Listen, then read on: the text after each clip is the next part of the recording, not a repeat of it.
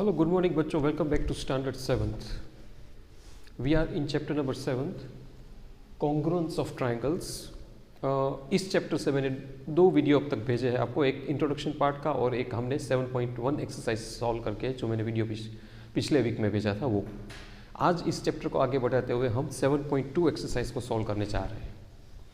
तो जब भी आप ये वीडियो देखो बच्चों, तो आपके पास आपकी text book NCERT text book जिसमें पेज नंबर 149 आपके पास होनी चाहिए, खुली होनी चाहिए, तब वो लेकर बैठना ताकि आपको तब भी ये वीडियो समझ में आएगा. तो it is very important that when you see this video please open your text book page 149 exercise 7.2 chapter 7 congruence of triangles. अब इसमें जो मैं पूरा ये एक्सरसाइज ऐसी है कि मैं आपको टेक्स्ट बुक में से ही ओरली समझा सकता हूँ, इसमें ज़्यादा बोर्ड वर्क नहीं है. तो जो भी इम्पोर्टेंट सम्स है वो आपको मैं डायरेक्टली टेक्स्ट बुक से ही समझा रहा हूँ. तो आप इसको ध्यान से समझना, ध्यान से मेरे वर्ड्स को कैचअप करना, अच्छी तरह से इस वीडियो को समझना और देखना, ठीक है. अब देखो पहला क्वेश्चन है which congruence criteria do you use in the following.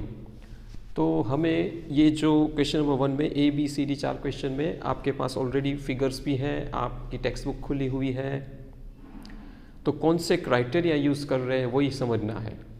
तो दो ट्राइंगल है A B C and D E F. Already हमें बता दिया है कि ए सी डी एफ के बराबर है.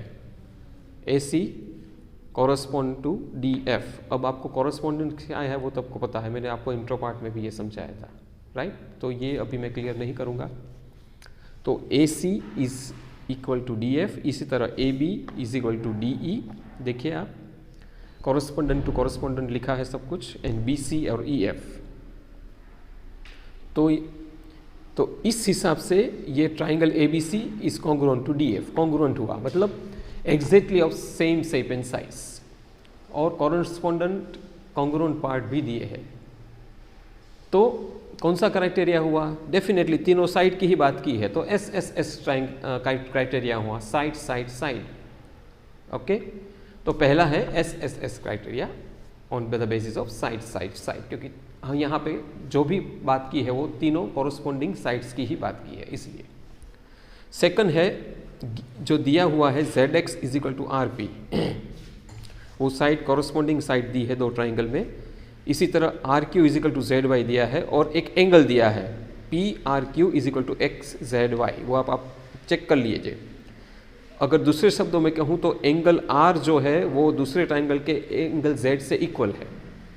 मतलब एस फॉर एग्जाम्पल यहाँ कोई मेजरमेंट नहीं दिया है, लेकिन मैं बात कर रहा हूँ कि अगर आर का मेजरमेंट 80 है तो जेड का भी 80 ही होगा, इस तरह. तो यहाँ पे जो दो साइड्स और बीच का एक एंगल, दूसरे दो ट्राइंगल के दो साइड्स और बीच का एंगल वो सेम है, मतलब कॉन्ग्रुएंस है. तो क्राइटेरिया रहेगा side angle side, right. S A S, दो साइड और बीच का एंगल, दो साइड और बीच का एंगल सेम है, तो क्राइटेरिया हुआ side angle side. I hope you understand this. तीसरा है एंगल दिया है, angle M L N is equal to angle F G H. That means के एंगल L और एंगल G वो दोनों सेम ही मेजरमेंट के होंगे, दे विल बी इक्वल. और उसके अंदर की साइड, पहले में LM और दूसरे में FG, ये दो साइड इक्वल है और कॉरस्पॉन्डेंट साइड है दोनों ट्राइंगल की. अगर ऐसा है और ये दोनों कॉन्ग्रुएंट ट्राइंगल है, लिखा ही है देखो क्वेश्चन में, angle LMN is congruent triangle GFH. तो फिर कौन सा क्राइटेरिया हुआ? डेफिनेटली क्राइटेरिया हुआ एंगल साइड एंगल, दो एंगल और इसके बीच की साइड इक्वल, दो एंगल और इसके बीच की साइड इक्वल. आई होप ये समझ में आ रहा है. और the last one D E है, E B is equal to D B. E B is equal to D B में भी सीधा लिखा है, राइट एंगल ट्राइंगल की बात हो रही है, तो हाइपोटेन्यूज साइड इक्वल दी गई है दोनों की, वो आपको पता है. दो एंगल सेम है 90-90 डिग्री, राइट एंगल में तो 90-90 होगा, दैट इज एंगल ए और एंगल सी यहाँ पे पिक्चर के लास्ट. उसके हिसाब से ये दो कॉन्ग्रुएंट ट्राइंगल हुए, तो कौन सा क्राइटेरिया हुआ? Definitely this is RHS criteria, right angle hypotenuse side criteria. तो ये बहुत ही आसान है इसको समझना, क्योंकि क्राइटेरिया मैंने ऑलरेडी आपको समझाया है। अगर नहीं पता है, किसी ने नहीं देखा है, तो जब ये एक्सरसाइज सॉल्व करने बैठो या जब भी ये मेरा वीडियो देखो तो उससे पहले इंट्रो पार्ट इसका देख लेना, तो समझ में जल्दी आ जाए। ओके बच्चों, आगे बढ़ते हुए क्वेश्चन नंबर 2 में यही कॉन्ग्रुएंसी का ही हमें प्रूव करना है कि अगर triangle ART is congruent to triangle PEN, ART और PEN जो देखो पिक्चर भी दिया है, तो फिर हमें बता देना है कि SSS क्राइटेरिया है तो AR किन से बराबर होगा, डेफिनेटली PE से, फिर RT EN से और AT PN से। वेरी सिंपल, ये तो आप कर ही सकते हो। इसी तरह B में अगर दो एंगल सेम है और SAS क्राइटेरिया अगर हम यूज़ कर रहे हैं, अगर एंगल T और एंगल N सेम है तो RT will be equal to EN आपका आंसर आएगा और PN will be equal to AT, वो आंसर आएगा। और C में अगर AT बराबर PN है और अगर ASA क्राइटेरिया है तो फिर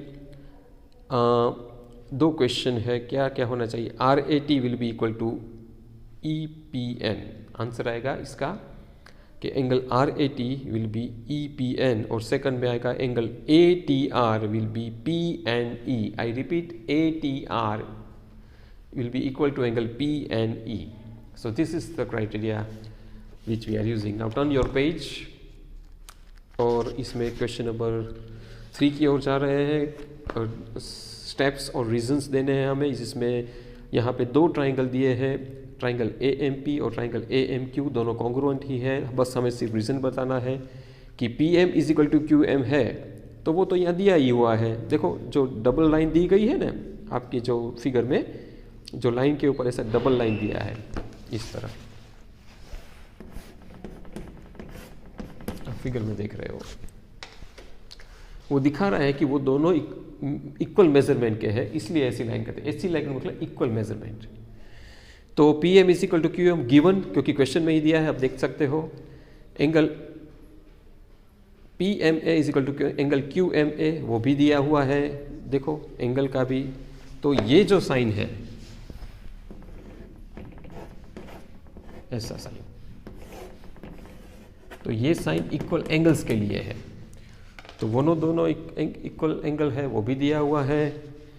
AM is equal to AM, दोनों ट्राइंगल के लिए ये कॉमन साइड है, ये ट्राइंगल के लिए भी यही साइड है, ये भी यही साइड है, तो दोनों ट्राइंगल के लिए ये एक ही मेजरमेंट की साइड होगी, क्योंकि दोनों के लिए कॉमन है, जॉइंट है वे, इसलिए कॉमन लिख सकते हो आप वहाँ पे, क्योंकि कॉमन है दोनों के लिए।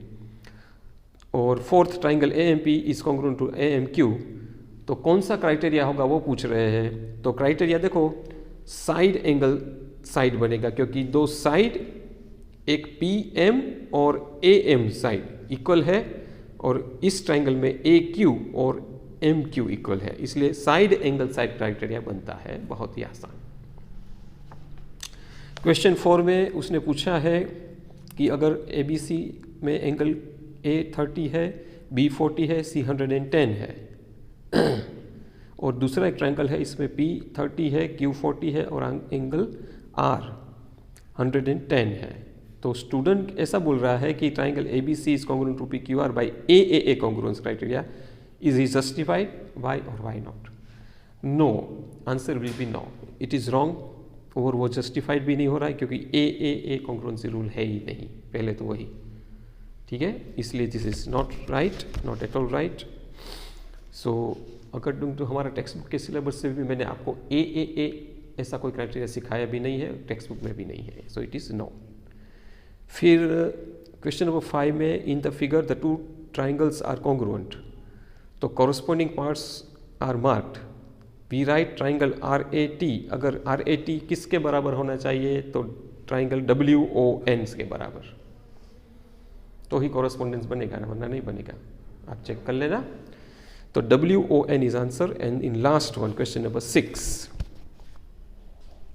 ट्राइंगल BCA कंप्लीट सिर्फ करना है कॉन्ग्रुएंसी के हिसाब से, वो किसके कॉन्ग्रुएंट होगा, तो BTA से पहले में, और दूसरे में ट्राइंगल QRS किससे कॉन्ग्रुएंट था, तो TPQ से। बहुत सिंपल है, तो ही कॉन्ग्रुएंसी बनेगा। आपको सिर्फ कॉरस्पॉन्डिंग पार्ट्स देखना है, किसके साथ क्या कॉरस्पॉन्डिंग कर रहा है, तो कॉन्ग्रुएंसी बन जाएगा। फिर बाकी के 2 में तो आपको सिर्फ ड्रॉ करना है, वो आप कर सकते हो। अगर वो तो क्वेश्चन में कोई डाउट हो तो मुझे ग्रुप में भेजना, मैं सॉल्व करूँगा, बहुत आसान है। वो आपको होमवर्क में भी दे रहा हूँ, 7, 8, 8 you to solve by yourself and send me in the group answers. Question 9 में पूछा है कि if triangle ABC and PQR are congruent है, अगर name one additional pair of corresponding parts, which criteria do you use. तो एक हम add कर सकते हैं BC is equal to QR, वो ऐड कर सकते हैं extra, BC is equal to QR। और डेफिनेटली ASA क्राइटेरिया है, एंगल साइड एंगल। तो this is how the whole 7.2 exercise we have completed. Question number 10 भी होमवर्क में दे रहा हूँ, जो कॉन्ग्रुएंसी के ही सिर्फ एक्सप्लेन करना है कि क्यों triangle ABC congruent to triangle FED है। तो अब तक मैंने जो भी सिखाया उसके ऊपर ही है, देयर इज़ नथिंग न्यू। तो ये सारे सॉल्व करके मुझे ग्रुप में भेज देना। अगर कोई डाउट हो तो ग्रुप में बताना, फिर से वो वीडियोस से समझाऊंगा। और होमवर्क ज़रूर करना, क्वेश्चन 7.2 पूरा सॉल्व कर देना। Thank you very much for listening me.